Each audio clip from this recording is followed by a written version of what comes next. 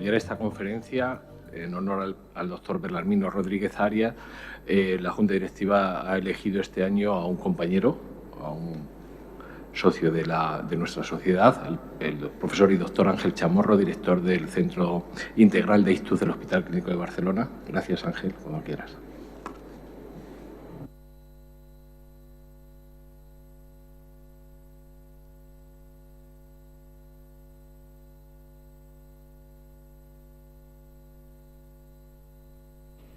Muy buenos días, muchas gracias, presidentes, colegas.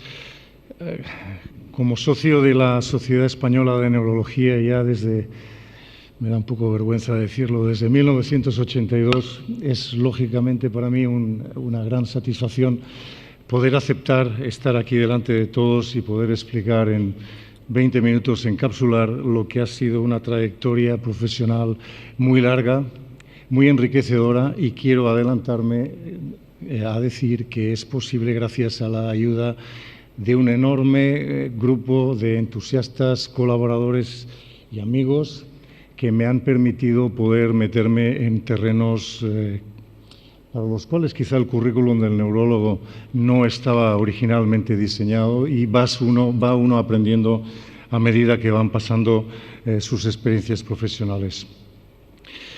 No voy a hacer una introducción de lo que es el ictus porque estamos delante de neurólogos, somos todos neurólogos, una mayoría, y sabemos la gran importancia que tiene esta enfermedad. Por lo tanto, no abundaré en la importancia epidemiológica de esta enfermedad tan grave.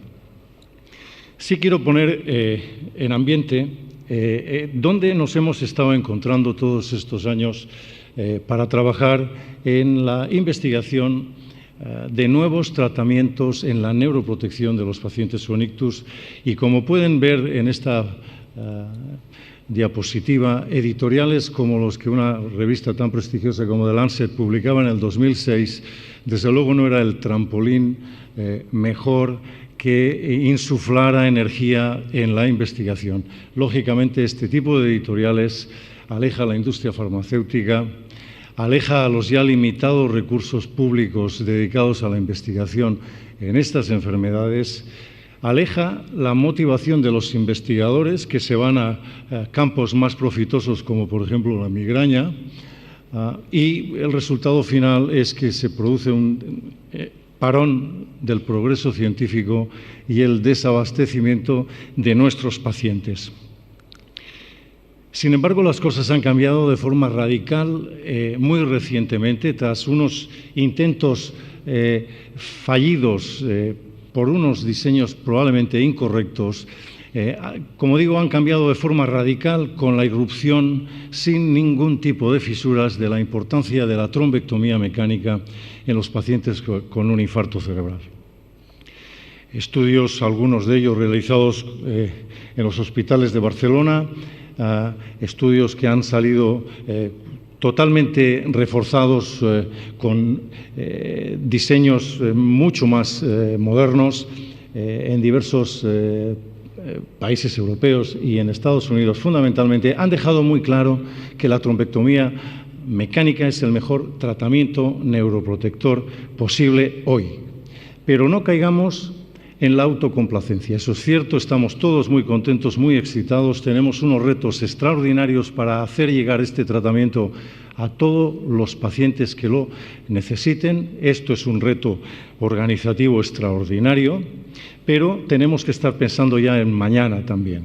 Y tenemos que ver que el tratamiento mediante trombectomía mecánica cura a menos de la mitad de los pacientes. Tenemos todavía una estela de problemas muy importantes que resolver a pesar de haber aplicado el mejor de los tratamientos posibles. Quiero ilustrarles en la parte inferior de la diapositiva la técnica que se utiliza para diagnosticar la situación en la que ha quedado el tratamiento justamente cuando hemos terminado. Vamos del 0 al 3, mejorando progresivamente, y si llegamos aquí al 2B y al 3, estamos en lo que en los diseños de los ensayos clínicos se ha considerado un éxito del tratamiento. Un TICI 2B, un TICI 2, un TICI 3. Sin embargo, ya vemos que solo la mitad de cada uno de esos éxitos se corresponde solamente, el TICI-3 lo alcanzan un 38% de los pacientes y vean cómo ya empieza a parecerse más ese dato, la reperfusión completa del cerebro, la que se asemeja mucho más a la independencia funcional de los pacientes a los 3 meses. Por lo tanto, el reto es conseguir la reperfusión completa.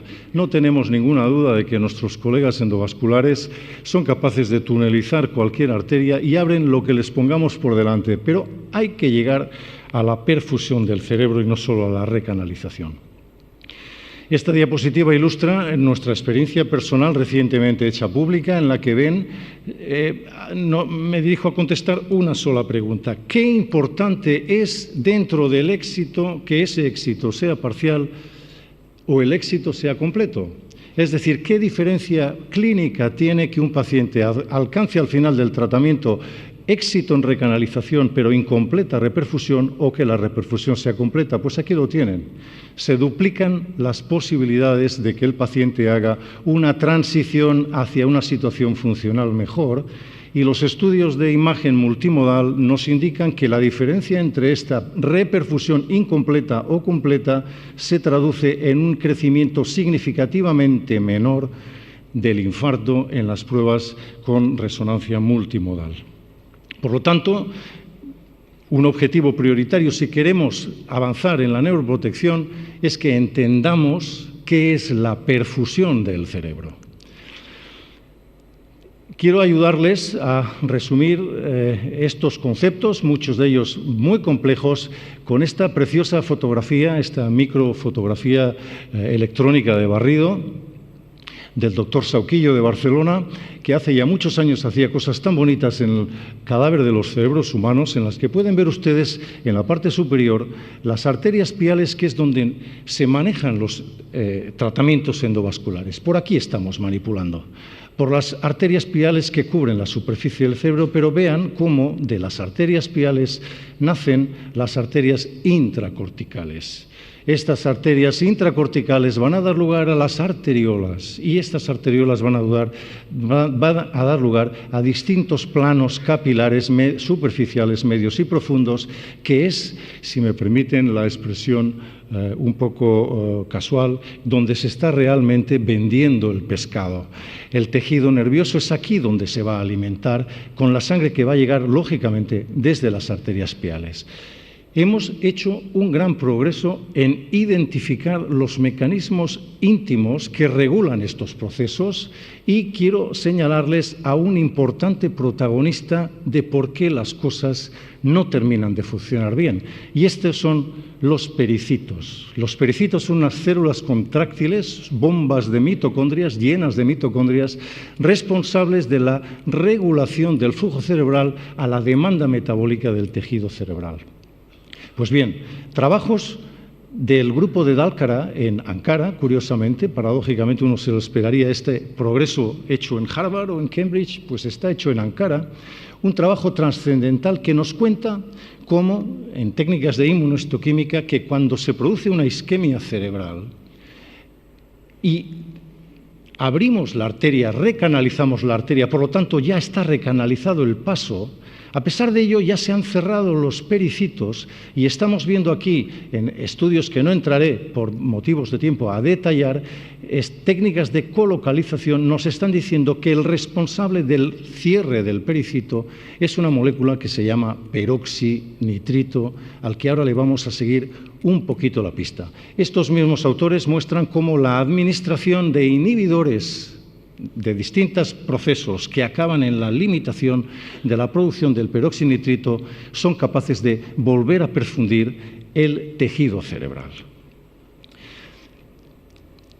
Cuando no fluye el flujo cerebral, se produce una cascada de un montón de procesos que de forma muy esquemática van a conducir a una entrada de calcio en la célula, una entrada de calcio en la mitocondria, la activación de diversos grupos enzimáticos que van a dar como consecuencia la producción de distintas especies reactivas, que quiero señalarles una de ellas, que es el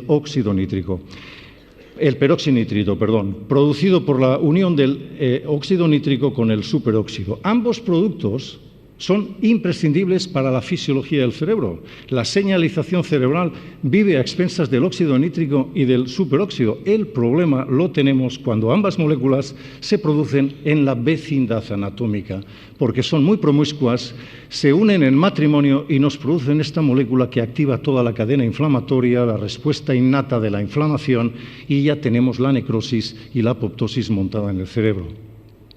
Además, la pérdida de sangre, la interrupción del flujo sanguíneo va a producir la activación del catabolismo del ATP, y una molécula que tiene dos formas, la xantino deshidrogenasa y la xantino oxidasa, se va a cambiar una que digamos que es el polibueno, va a pasar a ser el polimalo, que es la xantino oxidasa, y el producto de este catabolismo final que se va a producir es el ácido úrico, que va a ocupar ahora la atención central de los minutos que me quedan en esta charla. Un hecho que quiero hacerles señalar, porque es importante para que entendamos un poco cómo hemos llegado hasta aquí, es que vean que este es el producto final de una cadena de cosas muy malas todas ellas, que es la interrupción del flujo, la activación de múltiples mecanismos citotóxicos, y aquí está como abanderado esta molécula que, lógicamente, ¿qué es lo que ha ocurrido con ella? Pues que no tiene un gran prestigio. Pero quiero darles otro elemento importante para entender qué es el ácido úrico. Y esto es ya el motivo por el cual estamos hablando un poco de darwinismo en esta charla. La uricasa es un enzima producido por las células hepáticas que en todos los mamíferos degrada inmediatamente el ácido úrico cuando se produce. Dura segundos en circulación, porque se degrada a un producto que es hidrosoluble y fácilmente eliminado por la orina, que es la alantoína. Pues bien, en la historia del tiempo, hace aproximadamente 20 millones de años, en el Mioceno, se produjeron diversas mutaciones que silenciaron esa enzima, que hicieron que, a medida que vamos progresando en la cadena animal, cuando llegamos ya a los grandes monos, esta actividad está muy disminuida de la uricasa, y en el hombre está absolutamente silenciada. El resultado de esa caída de la actividad de la uricasa es el incremento progresivo del ácido úrico. Y tenemos que preguntarnos una pregunta muy sencilla: ¿qué interés tiene el genoma de preservar una mutación nociva? ¿Es esto lo que buscamos con estas mutaciones? Acabar dándole contenido a figuras como esta, en que la hiperuricemia, bueno, pues está muy bien representada en esta diapositiva. Un señor obeso, con un aspecto claramente de tener una gran tendencia a la bebida, probablemente un síndrome metabólico, casi con seguridad hipertenso, como le ven, con unos vendajes que denotan que tiene ataques graves de gota, y que es muy presumiblemente que morirá de un infarto de miocardio poco después de esta diapositiva, o si no, de una insuficiencia renal muy grave. Esta es la concepción más extendida del concepto de hiperuricemia entre los médicos. Pero déjenme compensar un poco ese concepto, y les voy a presentar una galería de ilustres gotosos. Newton, Darwin, Galileo, Franklin, Kant, Goethe, Beethoven, Miguel Ángel, Leonardo y Montaigne, por nombrar solo unos pocos, son todos famosísimos gotosos. Alguno de ellos parece que ha hecho puntos para serlo, porque recuerda al señor de la diapositiva de antes, pero fíjense ustedes en el pobre Montaigne o en Kant si hacen una poca pinta de gotosos. Miren, la historia de la relación entre los niveles del ácido úrico y la inteligencia y las funciones cognitivas comienza en el siglo XIX, muy a principios del siglo XIX, y no ha disminuido. Hay cartas en Science en los años 50 asociando claramente, sería motivo de una conferencia en sí mismo hablar de esto, pero yo no me quiero centrar en la relación que tiene el ácido úrico con las capacidades cognitivas, sino quiero centrarme en otro punto incuestionable de lo que es el ácido úrico, y es una poderosísimo antioxidante que se piensa, y lo piensa mucha gente, que su valor evolutivo es que disminuye la tasa de cáncer y es responsable del alargamiento de la longevidad en los mamíferos como el hombre, que tienen los niveles altos. Les contaba que el óxido nítrico con el superóxido da el peroxinitrito, y el peroxinitrito va a producir la nitrosilación de proteínas, de lípidos, la peroxidación, va a desacoplar la sintasa del óxido nítrico, y todo esto va a conducir a la producción de radicales libres o de especies reactivas al oxígeno o al nitrógeno. Bien, el ácido úrico, en cuanto está presente en una molécula de peroxinitrito, lo que hace es producir el urato radical. Este urato radical inmediatamente lo capta la vitamina C, y la vitamina C lo elimina a la orina. Nos hemos quitado del medio el peroxinitrito.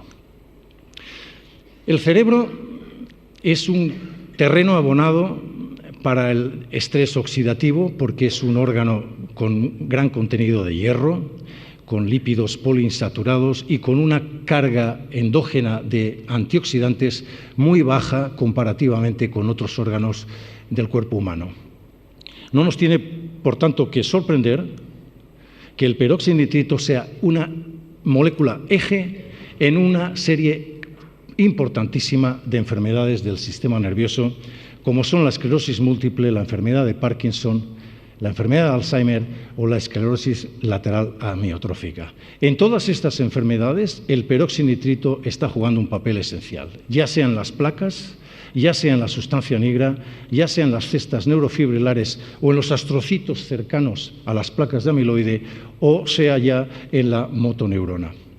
En todas estas enfermedades que les señalo, hay una relación inversa entre los niveles de ácido úrico y la incidencia de esta enfermedad, o la progresión, la velocidad de progresión de esta enfermedad. Cuanto más alto sea el ácido úrico, mejor.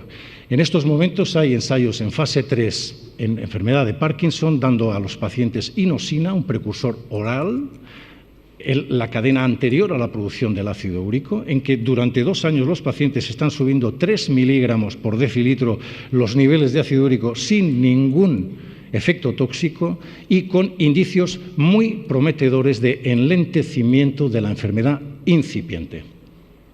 Podría darles muchos detalles de metaanálisis, cosa que lógicamente por motivos de tiempo no haré, pero quédense con el mensaje principal. Cuanto más úrico, mejor para estas enfermedades. Pero yo no soy experto en estas enfermedades. Yo me he dedicado siempre a la patología vascular cerebral, y ya fue en el año 2002 cuando me llevé la enorme sorpresa, cuando encontramos en una serie prospectiva de casi 1000 pacientes que el ácido úrico en el momento de llegada del paciente al hospital se relacionaba inversamente con el pronóstico, es decir, cuanto más alto fuera el ácido úrico, mejor, en modelos que ajustaban por variables tan determinantes pronósticas como es la gravedad clínica, la respuesta inflamatoria global, o lo que nos está contando el escáner en estos tiempos, o la edad de los pacientes. Lógicamente, ante una evidencia de esta magnitud, lo razonable era ir al laboratorio. Yo lo tenía muy fácil, mi mujer es la responsable del laboratorio experimental cruzando la calle de mi hospital, y intentamos hacer el modelo más parecido al ictus humano, que es fabricar coágulos del propio animal,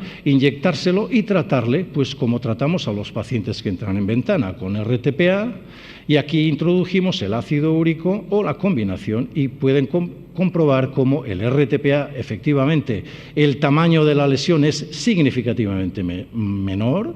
Lo mismo ocurre si le damos ácido úrico, pero la combinación tiene un efecto sinérgico. Estos hallazgos han sido repetidos en 5 laboratorios en varios países, en modelos animales con comorbilidad, hipertensos, diabéticos, en ratas hembra, etc. Bueno, hicimos un fase 2 que no voy a detallar por motivos también de tiempo, y ante la auténtica falta de toxicidad de la administración endovenosa de ácido úrico en los pacientes, pues tuvimos el reto de conseguir fabricar ácido úrico, pero ahora ya de verdad. atendiendo a las normas de buena práctica de manufacturación para poder administrarlo a personas humanas. Esto nos subió la factura de una forma extraordinaria, encontrar una gran empresa que nos lo fabricara, y esto nos llevó aproximadamente 3 años. Finalmente, cuando ya tuvimos una solución con las autorizaciones legales correspondientes, pudimos hacer el ensayo clínico Úrico-Ictus en 420 pacientes, y que el diseño era muy sencillo. Eran pacientes que venían con un ictus de menos de 4 horas y media de duración. Estos pacientes, todos ellos, en el ensayo clínico, recibieron RTPA. La infusión del RTPA dura 1 hora, y antes de que terminara la perfusión del RTPA, los pacientes eran aleatorizados en razón de 1 a 1 a recibir una dosis de 1 gramo de ácido úrico en una perfusión de 90 minutos, o recibir una placebo en una solución de medio litro de placebo. En aquellos centros como el Hospital Clínic de Barcelona, que ya teníamos en estos años que les cuento, de 2012 al 2014, la posibilidad de hacer trombectomía mecánica, los pacientes que vimos que el TPA no abría la arteria, pues se les trató con trombectomía mecánica. Muy bien. Este estudio se diseñó inversamente. Tenemos esta poca cantidad de dinero. Esta poca cantidad de dinero nos deja solamente separar un efecto de 14% entre el tratamiento activo o el placebo, pero no efectos inferiores. Para demostrar efectos inferiores en ictus necesitas ya poblaciones que nosotros no teníamos presupuesto. Por lo tanto, la hipótesis primaria era conseguir un pronóstico excelente, un 14% que, como pueden ver, no llegamos a él de ninguna de las maneras, es un 6% en la muestra global de los pacientes. La P es interesante, muy interesante, y si vemos el ranking, que es la escala que usamos en ictus en todos los ensayos clínicos, pues incluso vemos que la P es significativa en la muestra global. Pero en aquellos pacientes que recibieron la trombectomía mecánica, es decir, ese modelo de altos respondedores, pacientes que en todos ellos abrimos la arteria, por lo tanto vuelve a entrar el oxígeno, y esto es como quien le da con un fuelle a una hoguera para reanimar las llamas. En estos pacientes, una muestra tan irrisoria como 24 pacientes tratados con úrico y 21 con placebo es suficiente para rechazar la hipótesis nula del estudio, porque la odds ratio es de 6 veces superior, la probabilidad de estar totalmente curado al cabo de 3 meses.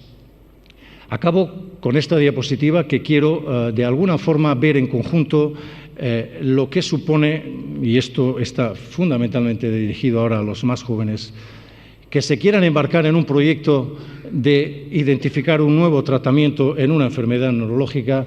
Ármense de energía, ármense de paciencia y ármense de ilusión, porque el trabajo que tienen por delante es realmente largo. 10 años para coleccionar los datos de los que sale la observación de que el ácido úrico es bueno. 10 años trabajando con los animales. 2 años largos haciendo el desarrollo galénico.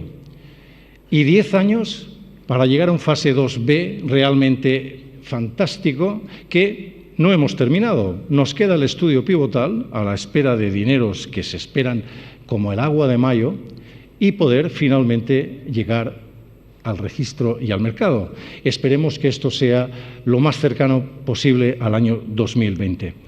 Desde luego, la figura de Darwin, la creencia absoluta en que la teoría de la selección natural nos trae cosas buenas, ha sido un estímulo extraordinario en cada uno de los obstáculos que hemos encontrado en nuestro camino para poder llevar el ácido úrico a la farmacia de todos los hospitales de este mundo. Muchas gracias por su atención.